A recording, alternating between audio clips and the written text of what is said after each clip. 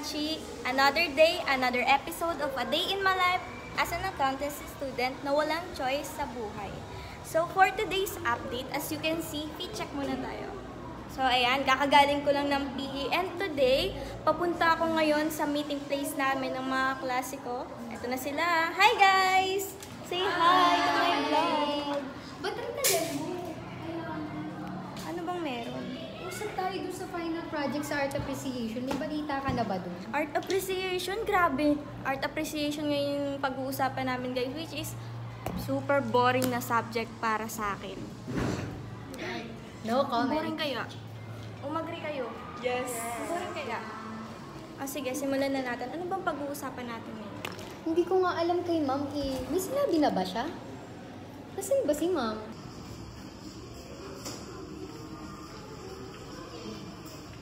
Hi, ma'am! Hi, ma'am! Oh, anong ginagawa niyo dito? Tapos na ba kayo sa mga klase niyo? Hindi kasi ma'am, tatanong sana namin yung sa Art Hub. Kinakabahan kasi kami, ma'am, malapit na yung deadline pero hindi malinaw sa amin. Oo nga pala, na-remind ko sa inyo yun. Diba? Yung gagawin yung vlog, kayo nang bahala doon. Kung paano yung gagawin creative, not imitative. Ang kailangan lang talaga is mapakita nyo kung paano natin pinapahalagahan at mamahalin ang art. Okay po. Okay na. Opo ma'am, babay lang. Thank you. Bye. Ingat kayo. So gets mo ba? Nakatulala ka lang dyan eh. Hindi. Kasi wala naman akong paki sa subject na art up eh. Alam niyo naman na ayaw ko yung subject na yun, di ba? Ano ka ba? Magpanggap ka na lang na gusto mo. Final project to, no? Tama. Teka, di ba sabi, kailangan natin maging creative, not imitative. Eh what if tanungin natin yung lolo mo? Ha? Bakit lolo ko? Oo, lolo mo. Bakit? Wala ba kayong mga lolo? Hindi. Lolo mo. Hindi kasi, di ba? Yun yung point. Baka sinauna tayo, so... di ba? Si Lolo Miguel? Si Lolo Miguel. Guys, alam niyo naman na hindi ko close si Lolo Miguel at hindi nga ako marunong sa mga arts na yan. 1,000 years later. So, ayun guys, on the way kami kay Lolo Miguel and as you can see, yung mukha ko mukhang napipilitan dahil pinili talaga nila, di ba? So, ayun guys, ngayon nandito na kami, papasok na kami sa bahay ng aking Lolo Miguel. Hi guys! Welcome to my Lolo Miguel's house. Lolo? Lolo? Apo. It's me, your magandang apo with my classmates. Hello po. Say hi. Ayan na ba ang camera ngayon? Yes. Say hi. Ay, To my vlog. Yes. Bless. pawaan ka ng Diyos. Thank you so much. Pawaan ka ng Patagal ng patagal yung lolo ko nag-aamoy. Makaluma na. Grabe siya. O apo, ano bang sadya nyo at kayo'y naparito sa bahay ko? Achi.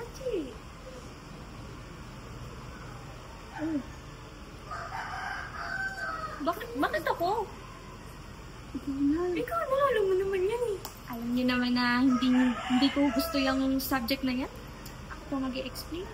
Ikaw na nga mag-explain. Bakit ako? Diba dapat si Achi na? Diba sa guys? Ikaw na nga. Bakit ba ako? Sige na nga. Ito kasi yun, no? Kailangan namin gumawa ng final project sa arts. Nagagawa kami ng vlog daw para maipakita yung kahalagahan ng art. So, bilang EMF mo naman ata si Juan Luna, sino kami humingi ng tulong, diba? Ay, isining baka mo. Kung hindi mo natatanong, ay nung araw ay talaga namang hindi mawala-wala sa buhay ko at ako'y napaibig na sa sining. Sandali lamang at ako'y may ipapakita sa inyo.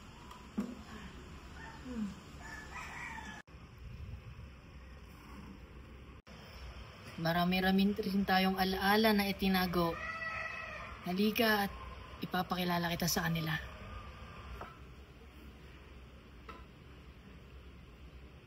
No. Ano po yan, Radyo? Oo nga po. Kaya lunchbox po ba yan? Hindi.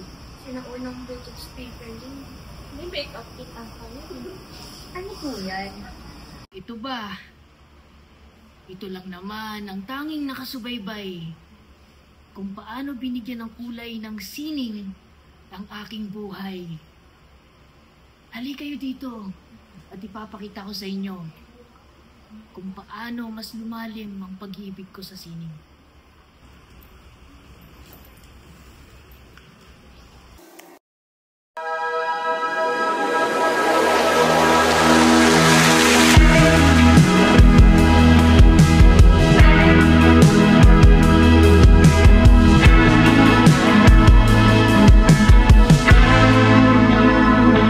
Ilang oras na ako andito,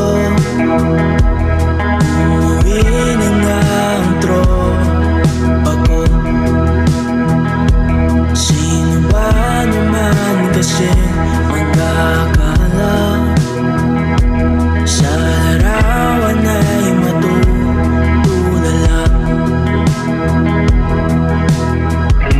Sa likod ng tanawin, tila may tumatawag sa'kin. Di ko na namalayan, papalapit na palang hakbang. Di ko maiwasang pagmasdan ng iyong larawan. Kahit di mo mamalayan, ikaw lang ang gustong tignan. Di ko man masabi kahit na di maaari. Minsan ay lirio, puting-puti sa puri. Minsan ay gumamela, masiglang may ngiti. Ikaw sa aking gabi, sa dilim ay lumilingap. Liwanag ng araw, sa pisngi yumayakap. Parang hardin, sa'yo lang nabubuhay. Tinatawag na ako ng iyong anino. Naririnig ko rin ang boses mo. Hindi na nga nila ako maunawaan. Nababaliw na raw sa simpleng larawan.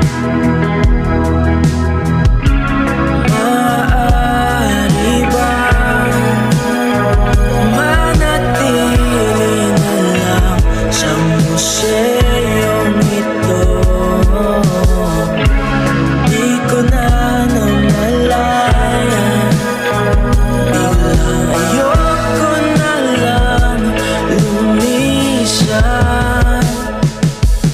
Di ko maiwasang pagmasdan ng iyong larawan.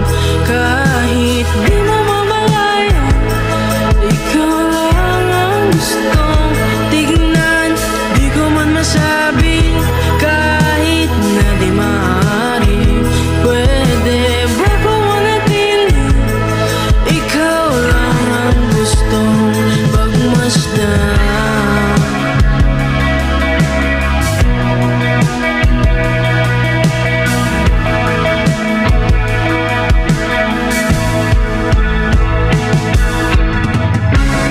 Ay sarap pagmasdan, kahit na ilang araw, taon at buwan.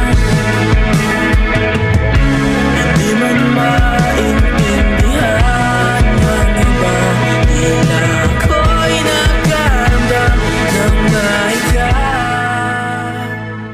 Sa bawat liwanag ng umaga, ginuguhit ka ng araw sa ulap. Parang pintura ng langit sa panaginip. Payapa, mahinhin at may paglingap. Sa mga kulay ng dilaw at bukaw, naroon ang ngiti mong hindi kumaupas. At sa bawat pagtampi ng hangin, parang humahaplos ang kamay mong malambing. Ikaw ang perpektong obra, ang pangarap kong sining.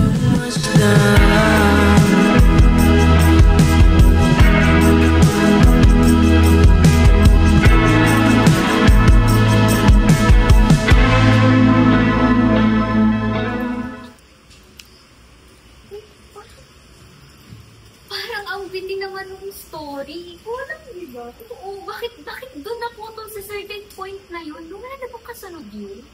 Archie, lola mo ba yun? Oo nga. Hindi eh. Hindi ko lola yun.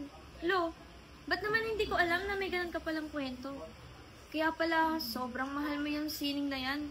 Like, grabe. Sobrang babaw ko pala talaga para di ko makita yung malalim na kahulugan ng sining. Para tuloy ngayon, gusto ko na siyang aralin at intindihin, di ba?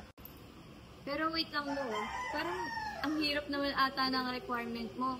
Kailangan may love life ka bago mo mahalin yung sining na yan. Paano naman ako, di ba? Teka Lo, matanong ko lang pala. Siya ba yung tinuturing mong sining? Alam mo, Apo, ang sining ay sadyang mahiwaga. Ito ay kumikilos sa hindi mo inaasahang pagkakataon. Madalas nating makita ang sining sa pisikal nitong kaanyuan. Ngunit makikita din natin ang sining sa ating puso't isipan. Dito natin malalaman na ang lahat ng bagay ay may tinatagong kahulugan. Sa bawat kwento ng ating buhay ay may kanya-kanya itong taglay na kulay. Hindi ko tinapos ang kwento ko sapagkat nais ko na magmula sa inyo at madiskubre ninyo ang sining na tinatago ng inyong buhay. Balang araw, yakapin ninyo ito at dito nyo makikita ang totoong kulay at kagandahan nito. Wow, Lolo Miguel. Tunay po talagang nakakahanga yung story niyo tungkol sa sining. Parang pakiramdam ko kahit na sobrang minamahal ko na yung sining, parang mas mababaw pa yung pagpapakahulugan ko dito kasi nakikita ko lang to kapag nagpipinta, pag sumasayaw, pag nasa pader. Pero pwede rin palang maging sining ang buhay. Maraming salamat po sa naitulong sa amin ngayong araw. Tunay pong hindi namin makakalimutan lahat po ng ibinahagi niyo sa amin. Opo, maraming salamat po, Lolo Miguel. Hindi na rin po kami magtatagal at baka nakakaabala kami sa iyong fiesta. Mauuna na rin po kami. Paalam po, Lolo. Maraming salamat po para sa araw na ito. Bye po, Lolo. Maraming salamat. Mag-iingat kayo mga Apo. So, ayun guys, paalis na kami ngayon dito sa bahay ng aking Lolo Miguel at sobrang nakakalungkot na nakakatouch ang kwento. Kayo ba guys? Na-touch ba kayo? Sobrang. Anong masasabi nyo? Uy guys, bakit parang pamilya? Totoo, iniisip ko rin talaga yun. Pero hindi ko talaga maisip kung sino. Teka, bakit parang si Ma'am?